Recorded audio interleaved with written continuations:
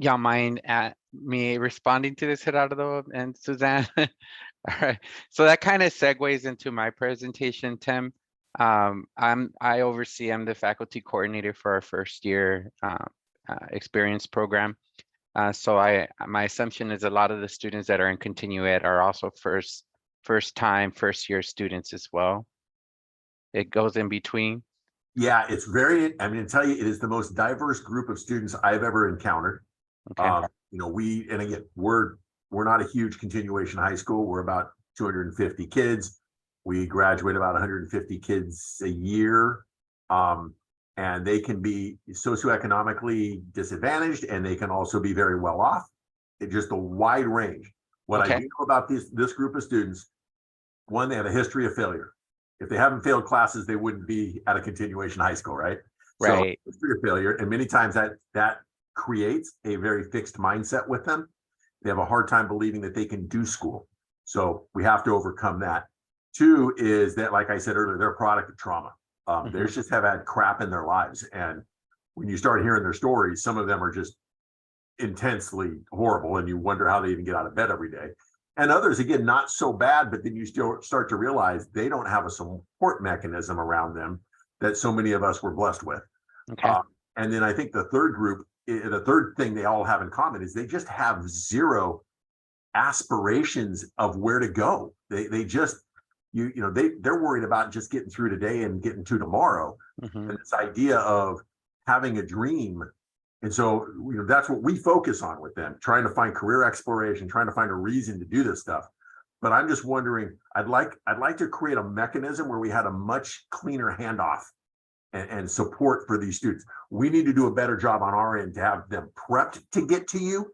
But at the same time, I want to make sure that when we hand them off, it's a very warm handoff. Okay. So let me rephrase this. So this will be their first time at MSJC, correct? So let's just go with that, right? Yes. So I think that's where our conversation and responding to your question should start. Going back, I am the coordinator for the first year experience program. Traditionally in our program, we're bringing in students that are recent high school students. That's been tradition, right? That just graduated. We orient them, we get them locked and loaded for the fall semester and their whole academic year. And we do a lot of what we do are warm handoffs to various sectors of the institution. Okay, Tim? But, and to put it in numbers, on average, for the past 2.5 years, we have about 1,000 students from all walks of life in this program. And to break it down even into our data, we have close to 89% retention rate after their fall semester. So they're coming back in the spring. So with all that collective effort, I'm hoping that, with this conversation that we're having, Tim, we could address that big question, and hope to resolve it, right? So this year, moving into 23-24, for this new cohort, we're looking to expand even and strengthen and broaden more our collaboration intentionally with different sectors of our institution as well, to continue doing more of those warm handoffs, right? So with that being said, a lot of what we do in our program, it's really trying to create and refer students to those caring individuals that are on this panel, like Suzanne, like Beth, like Gerardo, different counselors. This is currently who our staff is, not because it's always been like that, but we had some great people that have moved on to bigger roles because they've done such great work. But we're bringing in new troops to our staff to help us. The incentives that we give our students that are part of this program is that we give them access to early registration, so they're ahead of the line when they choose their courses, right? And that may not mean a whole lot for recent high school students or students that don't know about the college process, but once we give them that information and they understand really being put ahead of the line to access courses, to really customize their class schedules based on their own social lives, that's a big deal. We also do a summer bridge for them. So that's like a general, think of think of Summer Bridge kind of like an orientation on steroids. A lot of information, a lot of warm handoffs, a lot of introduction. This year, we're not only doing introduction to people that are working in different departments, but we're bringing in faculty from the math and English side to introduce themselves, to let those students know how their teaching style is, what the class environment looks like, you know, just get them prepped for that fall, that first year college level writing and math course. Um, we're creating bridges to counseling. So this year we'll be working a lot closer with our pathway counselors as we're identifying students and hearing about their interests and majors or careers. We'll be able to do those warm referrals to those 5 pathways and those faculty leads that, you know, are working in those pathways. You know, this is just an example of what we do, how our navigators support our students throughout the academic year. You almost have to look at them as individualized personal coaches, where students could come to them with any questions, you know, related to their course schedules, deadlines, how to access financial aid, even how to access their emails and things like that, right? And at the same time, as a back and forth conversation about their own interests, right? Or resources and services that they may not know about exist on our campus. So this is the model that I was mentioning to you, Tim, that we'll be working closer with this upcoming year with our counselors, is working with 5 counseling leads from these pathways, identifying where our students should go, right? And this is really going to help build a caseload management system on how we track students in the future, ensuring that they complete an ED plan, sticking to that ED plan that leads to a career or an area major of interest. And a lot of what we do, you know, when we tell students why join FYE, but now this is more about why come to MSJC, right? You know, we're growing beyond a program that's really going to be identified as the program for first year, first time students at MSJC. But one of the things as a program that we're seeing is that the students that are part of this program, they're completing successfully their transfer level math and English at a higher level than non-FYE students. They get priority early registration. They are twice as likely to earn degrees and continue on in transfer. And we see them back. Again, we see them back, you know, because they get that individualized attention, and you hit it right on the nail when you're talking about warm handoffs. We make sure that we give them that attention, we listen to them, and that we direct them to learning support. There are a lot of students that don't know about free tutoring services that we offer here at MSJC. And let me tell you, it's robust, it's quality. Those folks go receive training. They put a lot of effort into their professional development for those students that support academic support. We have LRCs at 3 of our campuses, so there's no excuse for our students not to have access to quality free tutoring, particularly when private tutoring is so expensive. It's like $30 an hour. So, you know, this is a lot of student testimonials that we get back from our students. They always talk about having a good start, you know, at MSJC because of that individualized attention that they receive with FYE. You know, they also understand more about the college process by truly understanding what an ED plan is, you know, what a major is, what does that entail? And, you know, steps to join the FYE, we're trying to simplify that, you know, as we restructure our application process. We're trying to marry both the first year experience program process with the general MSJC application for first year students. So when they apply, they'll be automatically part of FYE. We're currently still working on that process, Tim, so bear with us, and Beth will help us spread that word as we get this refined. But it's a very exciting project for us as an institution for all first time students to have this kind of individual assistance. Lastly, you know, we do provide this kind of information, important days to students and their families right now. I was just at Elsinore High School, and besides the rain and pouring and everything like that, we had over 60 families there. Asking questions, learning more about MSJC and FYE and all the exciting stuff that we're doing. We always take the time to answer questions. This is just right now a tentative sample of what we do during our summer for our students and their families. This year we'll be doing a combination of face-to-face and virtual summer bridge. And what we do in those summer bridge is we go through an overview about campus services and campus resources that are available. And we spread the word that these are all free, right?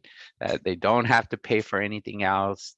We go into depth about, eligibility to different programs and services here on campus. If they have questions related outside, they'll be having their first time counseling sessions before they even meet with us. But if they have a follow-up question related to their registration, to their course load, what is full-time versus part-time, things like that, we'll make sure to answer those questions. They learn a little bit more about what college life is. And one of the things I always remind our students is that one thing you're not going to hear when you're at MSJC is a bell telling you to go to class, right? That is the difference between high school and college, right? Things like that. Then this year, as I mentioned before, we'll be having a panel of math and English faculty to introduce themselves, trying to create that partnership, that friendly feeling and connection with our instructors, so that our students get to know this is their first time they're going to meet a math and English professor, so to speak. So we're really trying to alleviate some of that anxiety that a lot of our first gen students experience as they're opening up and coming into their first fall semester. And more so because we're going to do intentionally a lot of work where we're going to be placing students into math and English in their first year. So we want to prep them, right? And the better way to prep them is start creating and building those relationships with our faculty. And lastly, just going over house cleaning stuff. If they have questions about how to access their My MSJC accounts, we want to make sure that way before the start of the fall semester, they have access to their email so that they know that they received instructions, syllabi reminders, textbook reminders from their instructors before the semester starts, any communication from us related to any activities going on that first week of class, right? Sometimes we do handouts during that welcome week, right? So we do free giveaways and we're out there introducing ourselves to our students, pointing them to the right direction, what building, how to purchase a parking permit. We do give them a 1 or 2 week grace where our police enforcement doesn't, give them a ticket or anything like that. So just important stuff, Tim, to get them ready and prepped. And for all the folks that are in here for that fall semester. So you all could follow us. And if you have any follow-up questions outside of this presentation, you could always email me or you could email the FYE staff and we'll be more than happy. But my message to you, Tim, and for the rest of the folks that are attending this session, send them our way and we'll make sure to give them that warm handoff wherever they tell us they're interested in being a part of here at MSJC, Tim. That's terrific. Thank you, Albert. You're welcome. Yeah, a lot of extra help, no extra money, no extra time, just a ton of extra help. And I remind students all the time, Tim, and everyone on this chat, we're open on their spring break. We're open on their summer break. So if they're looking for something to do, come on over and walk around. It's kind of an open campus, especially Temecula. You can walk right in that front lobby and just walk around. And we usually give them a campus map and tell them to go upstairs and look at the views of the valley and do a self-guided tour, but we can also do group tours. Beth, do you have something? Is there something on the Temecula campus? I mean, are you guys located there?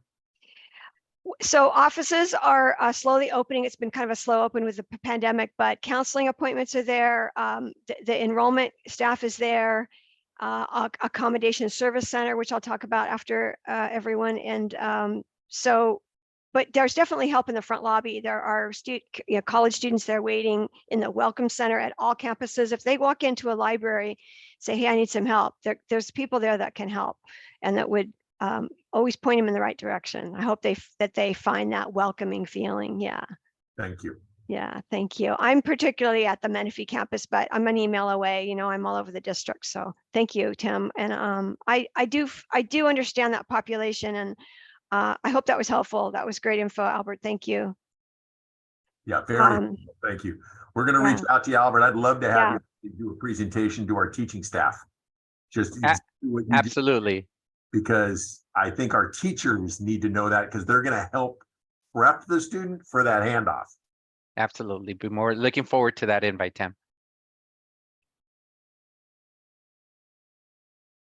Comment in the chat, Albert, and see if we can reach out to those schools. And we've got to do a better job of staffing outreach. You know, I'm only one person, and more feet on the ground would be great, and get to not just the students, but to staff and counseling meetings. We'd love to be on your agenda, maybe your weekly meeting, or I mean your monthly meetings or something.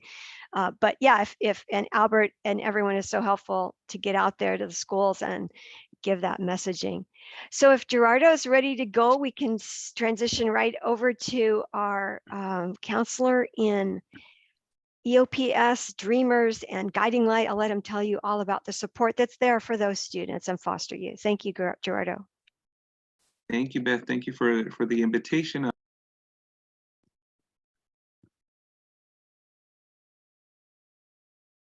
Gerardo? Thank you, Beth. Good morning. Sorry, I got remuted again. Thank you for the invitation. I was gonna,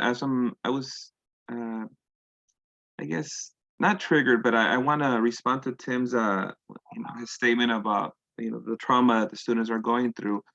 With my social worker and first generation background, if those who are like from high schools are not like just supporting the community or learning to grow with these best practices, if you can just put your where you're coming from in the chat, that way we can address this presentation towards that. But I want to go into, Tim, you said something very important.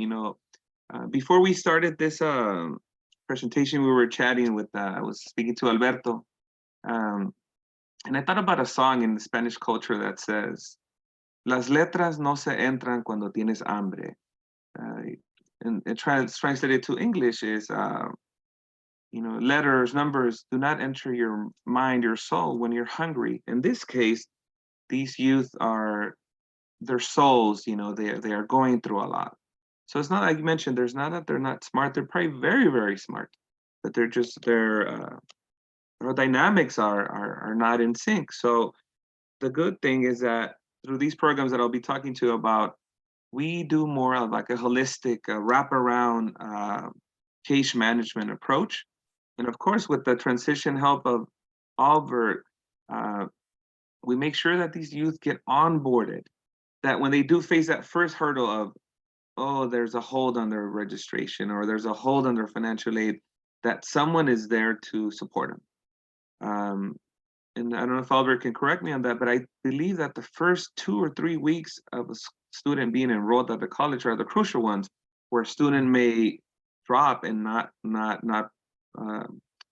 persist till the next semester or even through that semester. Am I correct, Albert? The first 3 weeks is a crucial time? Very crucial. Mhm. That is that window where, if I think with anyone too, if you have a question about a hold or, there's confusion and things like that, it's very crucial. That's their defining moment, I guess, right? God, okay. Yes. So therefore, with the beautiful help of first year experience, I have my love is in first year experience because I used to be a first year experience counselor at another community college, and we just work collaboratively. Our goal here is for the student to succeed, for a student to enroll, for the student to persist, to complete, their educational goal, their life goal.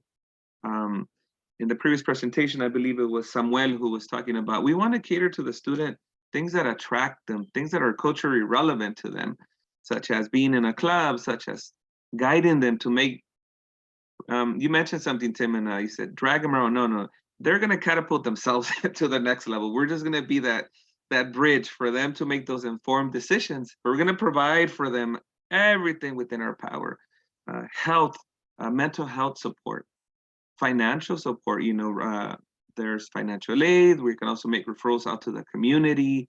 And most importantly, that participation in a club or connecting them with a mentor on campus so that they can build healthy relationships. So that's our goal, Tim, for making them succeed, providing culturally relevant material. So I'm going to talk about our program, which focuses on all these points. But then, did a few people have the opportunity to introduce themselves? Beaumont High School, and then who else is from? So it's, I believe it's Tana Stifel, and then Tim, who are from the high school. Well, thank you very much. It's a collaboration. It's a pipeline, you know, and it comes as a two-way. We need that support to make that transition, that warm handoff. You're here because you care about your students. You want to see them succeed, and most important, you believe in them. That is my philosophy to all listening to this presentation. Is of course we provide accurate, relevant information, but at the end of the day, the student's going to remember how you made him feel, how you made him feel welcome, you made him feel that they can achieve. You know, one of the things that we start off in our conversation is, this is a new start. You have a 4.0. You have a 4.0 in college. You're straight. You're a clean start. You know, we're here to support you, and you're gonna complete. I can see you walking down that graduation line for the certificate or for the transfer out to the university.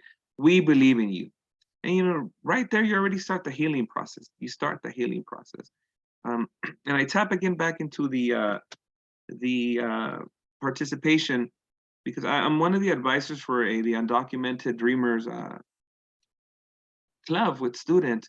Not only the students get empowered there, but they also are healing from this past trauma from K-12, both with their professors, but also with their families, with the society, whatever not. So they're the peers, we facilitate, but the peers are working to heal, to empower themselves. So I'm gonna jump into the presentation, Beth, because I know we're time constricted, but this is I just wanted to show the team out there the type of approaches that our counselors share in the EOPS program. And we are very trauma-focused practices. Our director, Heather Jones, has a background in therapy. A couple other of our counselors, I myself too, as I mentioned, I was a previous social worker, working with foster family agencies, and I'm formerly undocumented myself, so I can really identify with various populations. So I'm going to share my screen. I'm in the link. I've put the link to the website for EOPS. Any student that needs to be connected, as I talk in the presentation, you'll see the criteria. But regardless of that, do not have a student disqualify themselves from applying because they might qualify. So here we go, share screens.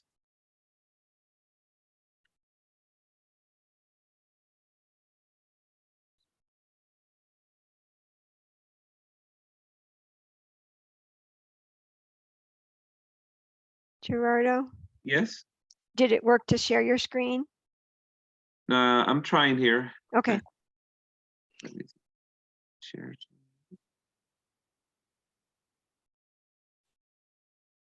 And Evelyn is not here, I don't think, for the Learning Resource Center, but Albert touched on it and he nailed it. There's free tutoring in every subject. Typically, it's very common in college. You tell your students to, you know, they go to class and then you study together at the Learning Resource Center, and every campus has one. There you go. You can see the presentation. I got it. Awesome, awesome. Here we go, from beginning. So we have about 6 minutes. Okay, Thank I you. will fly through it. No worries, no worries. Okay, share screen, I want this. You're seeing the big presentation here. I'm gonna try to keep it like this because if I move it to like from current slide, now you can see the big picture. There you go, perfect, yeah, yep. Once again, my name is Gerardo Ortiz. I am a EOPS graduate, first generation to college, sons of immigrants, formerly undocumented. I did go to community college, and I transferred to San Diego State. Got my bachelor's in psychology, my master's in multicultural counseling. So it's a privilege to work with students who I can definitely identify with. And it's because someone believed in me is where I'm at, thanks God, you know? And So Tim, if you send our students over here, we're gonna believe that they can succeed, and we're gonna support them. We're gonna handhold them for so they get on track, but then they're gonna learn some self-advocacy skills, because that's the goal of our program, for them to navigate themselves. But we're always gonna be here then to support them. So EOPS, it's composed of, within our program, we have 1, 2, 3, 4 programs. First, we have the Guiding Light program, which is for our foster youth. Any foster youth that was in foster care at least one day can be part of this program, on top of being an EOPS, to get the trauma-focused practices, to get that support with the county, with referrals to food, to shelters, to whatever, case management, anything that we can support with our foster youth. And just to throw it out there, May is foster care youth awareness month, and we're going to be hosting various events to make notice of our population, because we do have a big number of foster youth on our campus, and we want to support them, acknowledge them, and we're going to highlight with guest speakers and many events. So be on the lookout for events in May. Awesome. We also have our care program, which is for parents who are receiving cash aid, either themselves or their children under the age of 18. Usually it's single parents, and they get that additional financial and counseling support, also the bridging between the student and the county, that case management, that advocacy. And then the Dreamers program, where I focus most of my time, is working with our undocumented community. Students who are DACA recipients, students who are undocumented, or students who identify with that community because they have a mixed status. Maybe they are documented, but the parents are not, or maybe the spouse or somebody in the family. So we have support for our students with that, a safe support. Let's see if we go to our next. And this is our staff, our team. We have Heather, our director, our veteran counselor, Miss Pamela, Duke, Ty, Duke, Lourdes, Centoya, and then our supporting staff here as well, with a very diverse background and diverse education, ready to support in all areas. So how do you qualify for EOPS? One of the biggest things is you need to apply for financial aid. You need to apply for financial aid, or the DACA, the DREAM Act. Be a California resident. If not, do the AB 540. Be enrolled full-time. But like I said, if we go into details, you probably want to disqualify yourself. Just apply to EOPS, and if you do qualify, or if there's something missing there, we'll support you with that. But most important is qualify for the Promise Grant A or B, or the DREAM Act, either be a California resident or have the AB 540.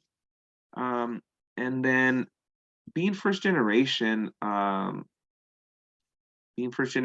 college, meaning that your parents, mom or dad, or your guardian did not receive a bachelor's degree from a university in the United States. How do we support? Well, like we mentioned, that case management, the one-on-one counseling above and beyond, culturally relevant counseling with the trauma-focused approaches. And what are the benefits of being an EOPS? You get priority registration. You also get a book grant, and it varies by semester, $250 to $300 for books. Your health services fee gets taken care of, your transportation fee. When you are ready to transfer out and you apply to those universities, those applications cost money. So we waive those. You get 4 UCs and 4 call states. But most importantly, like I said, that one-on-one follow-up. You're supposed to complete at least 3 contacts for a EOPS with the counselor. But besides, each counselor gets a list of students, and we call our students, and we case management. We make sure that they're on track, and we provide any support during their transition process. What do we have here? Care, as I mentioned. Let me see. There we go. Care program. So as I mentioned, for our parents, students who are receiving TANF CalWorks or their children from the age of 18 or below, they're full-time on campus, single head of household, but are receiving that cash aid. If you're not certain, still, like I said, apply to EOPS and we'll figure out the rest of the details. But the benefits, you get gas, you may be eligible for a gas card, a meal card, childcare grant, graduation packages, just a lot of services there. And then here through our Dreamers program, we have a partnership with TODEC. It's a legal services. And for free, if you're a student, they provide legal advice, waivers to renew your DACA permit, and just that precise, trustworthy legal advice for some of our students that are questioning about how they can apply or whatnot on their immigration status. But then most importantly, which is the fuel of this program, is we have a student club called the Eagle Dreamers Club, and we start healing there, a healing process through sharing and support of their journey. And so here I can share the name of my colleague, Erika Ramos, very involved, just hardworking to support our undocumented population. Join the Eagle Dreamers Club. So here's our Eagle Dreamers Club. We're going to have this presentation be sent to Jenny, where you can come and connect. You want to be an allied or you identify with this community, you can join our Dreamers Club. Okay. How can we support you? The onboarding process, that, as we were mentioning in the first presentation with Mr. Samuel, where do all these students do apply to college? Where do they end up? Well, if we have that relationship, Tim and our other representative from Beaumont or other high schools that might see this presentation, we're going to be reaching out. You can, even before the student enrolls at the college, we can support you with that onboarding process. Make sure that the student enrolls, picks their classes, their financial aid is in order. All these little hurdles that may push a student out to stop, pursuing their education. That personal guidance, one-on-one referrals to health, to the food pantry, to any potential. Like I said, we see the student in a holistic way. You cannot learn if your stomach is hungry. You cannot learn if your emotions are need some support there. And that's what we're here for as an EOPS team, as a family, to support your students. And we have, like I said, TODEC comes to our campus, or we make that referral so you can get that legal advice.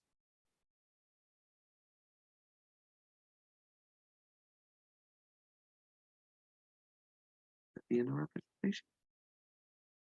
That's the end of the presentation. I try to breeze through it, Beth, as fast as I could. Thank you. No, that's so great. And I think the message of today's session, because there's a break coming up, I want to end this right now, but wanted to show you how to find the information.